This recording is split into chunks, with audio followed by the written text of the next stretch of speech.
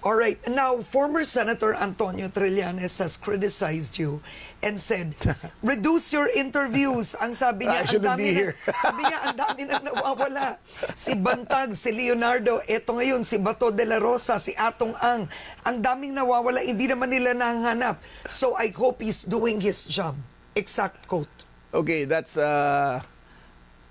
number one, ang dami na namin na-aresto. Diba? Yung mga big fish, isa si Senator Mong voluntarily. Yeah. Voluntarily. Okay, let's talk about that later. Voluntarily. Sana makita naman ni Senator Trillanes na yung tamang ginawa namin sa lahat ng SunWest na aresto namin, lahat ng DPWH, lahat yan na aresto. Pero yung may mga pera, madali magtago yan. Kung siya nga nagtago dati, di ba? Kung siya nga nagtago, di ba? Alam niya kung paano magtago, di ba? So, Ba't alam ng mga senador magtago? No? well, siya alam. Okay, go on. Kung siya Alright, nga nagtago dati, hindi siya mahanap, di ba? So, alam niya rin yan. Alam niya kung paano gawin yan. So, kung alam niya kung paano magtago, dapat siya magturo sa amin. Paano magtago? Sige, kunin namin.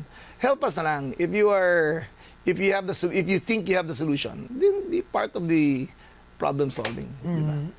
Okay, pero eto muna tayo, Bato de la Rosa. Frankly speaking, there is no warrant. There's is none. there? Ay, hindi ko maintindihan kay Senator De La Rosa. Senator Bato. Hindi, Senator Trillanes. Hanapin doon namin si Bato. nga. Ano nga hanapin namin? Di ba? Alam namin nasa Davao siya. Pero wala naman kami warrant of arrest. Wala. So, bakit namin nahanapin? Ba't namin na-arrestuhin? Kung gusto niya mag-citizen's arrest, di ba? Kung tingin niya sabi niya kasi may warrant eh.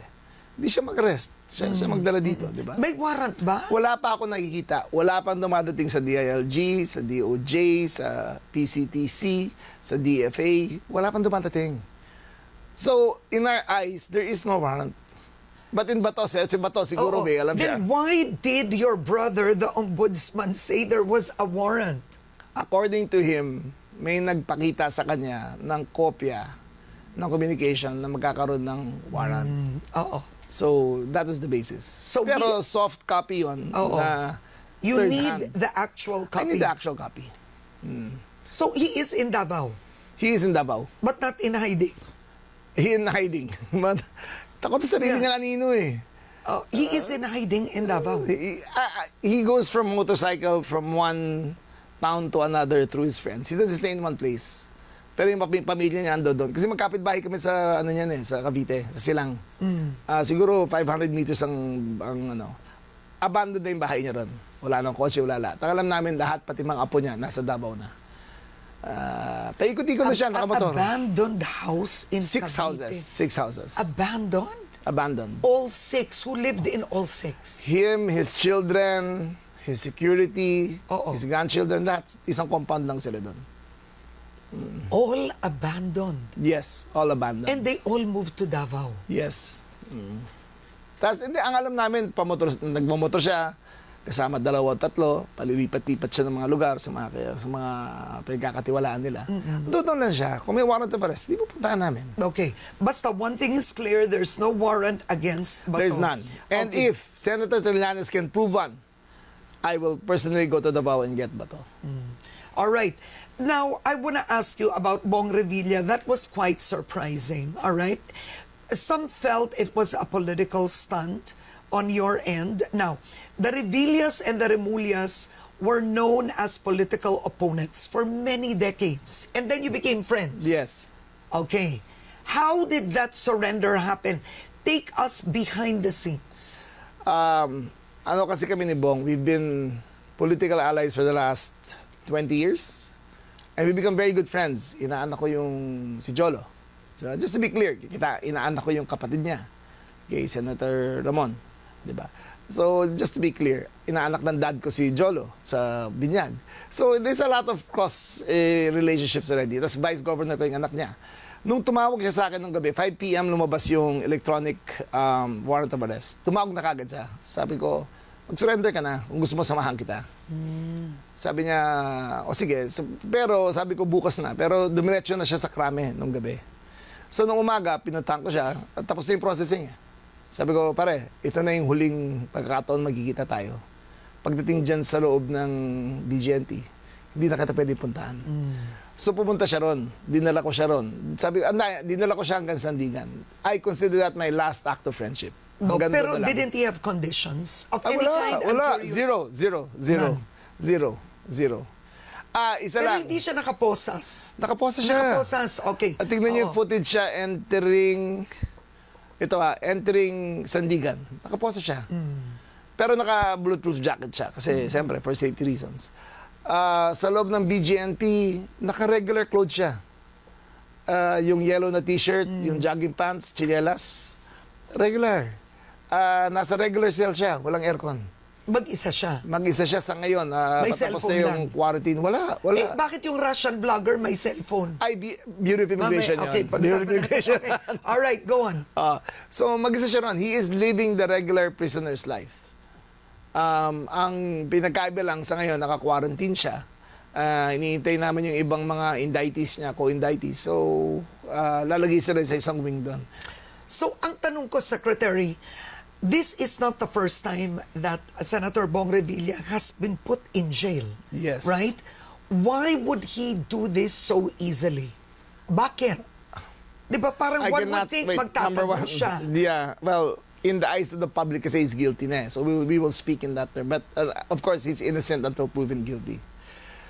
But personally speaking, from what I've seen, I think there comes a point in time when you think everything is normal, it is deemed legal.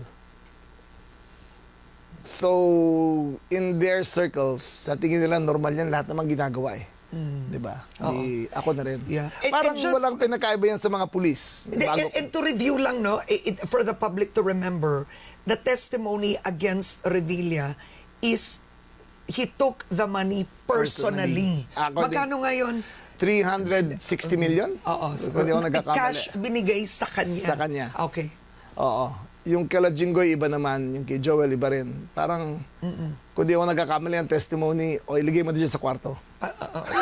Iba-iba. Oo. Pero darating tayo dyan. I think the DOJ and the Ombudsman do a good job para himayin lahat. Kasama rin yung mga AMLAC proceedings sila. So, makikita lahat dyan. Yung kay Bong Revilla ba, is it bailable? Na ang charge sa kanya is non-bailable. Kasi public ban yan eh. Ang threshold natin is 8.8 billion, 360 million yun. So, are you saying that Bong Revilla is really going to stay in that jail or nagpapalipat siya? Kasi nung una, nasa ano siya eh? Krame. Krame. Iba yun. Oo, La Catedral yun. Oo, iba yung La Krame. Catedral. And I personally, you can check the records, I used to visit him regularly. In Krame. In Krame. Kasi ito, this is in Payatas ba? In Payatas. In regular jail. Oo. Yung Krame, may kwarto siyang ganito kalaki. Oo. Aircon. Nagmamadyong si Jinggoy sa kabilang kwarto. Araw-araw naglilitsyon. Iba ang buhay doon, di ba? Ang bisita nila, Anli. Yeah. Ngayon, very restrictive na ang lahat. Hindi ko alam, sabi na sa akin ni Jolo, kailangan doon nakachinelos para pumasok eh. Tatanggalin ng sapatos mo. Para wala. Check ka talaga eh, kung may contraband ka eh. So, check ka talaga.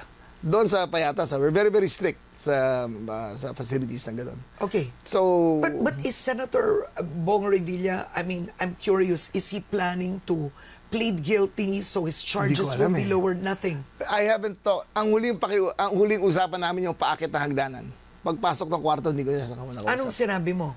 Sabi ko, pare, hanggang dito na lang ako Oh. Sige. Tapos pumasok na siya. And why did you accompany him? Why was that? It was my last act of friendship. Kung maniwala kayo hindi, may pinagsamahan naman kami sa Cavite. Ang anak niya, Vice Governor ko. Ang anak niya ngayon, Vice Governor ng pamangkin ko. Nung Vice Governor ako, siya yung... nung Vice Governor siya, bukal ako. So, nung Governor siya, Vice Governor ako, marami kang pinagsamahan yan. Hindi ko pwede isa tabi lang, di ba? So, pero, hanggang doon lang ako. Yung pagdating sa depensa, pagtulong sa ganyan, sa kanya na yan. Wala na sa akin yan. Okay. Number 2, Jinggoy Estrada, what is the status? Jinggoy is under investigation. He filed for leave to travel during the break. He should be back anytime now. Di ba? Wala siyang golden visa, so kahit saan pwede siya kunin. So, he is under investigation. Intayin na lahat si Ombudsman para ilabas ang sa kanya. Ano ang allegation kay Jinggoy is, Pareho rin. but not Draft rin. personally? Parang There was a go-between. There was not a go-between. Parang pinalagay niya sa kwarto. Lagay mo na lang dyan. So hindi binigay. Kay Bong kasi ang testimony, tinanggap, tapos kwentuhan pa sila, diba? Kwentuhan pa tungkol sa survey. Diba? Yung Kim Jong-un, parang, alam mo, si Jinggoy, medyo masungit yun, diba? Kaya, kami yan. So yun yung, Ganun style yun yung niya. pero walang warrant pa. Wala pang warrant against... Wala pa. Oo. Joel Villanueva. Same, under intense scrutiny ng kanyang kaso. Pero hintayin natin yung ombudsman, siya na magsasabi. Yeah. Paano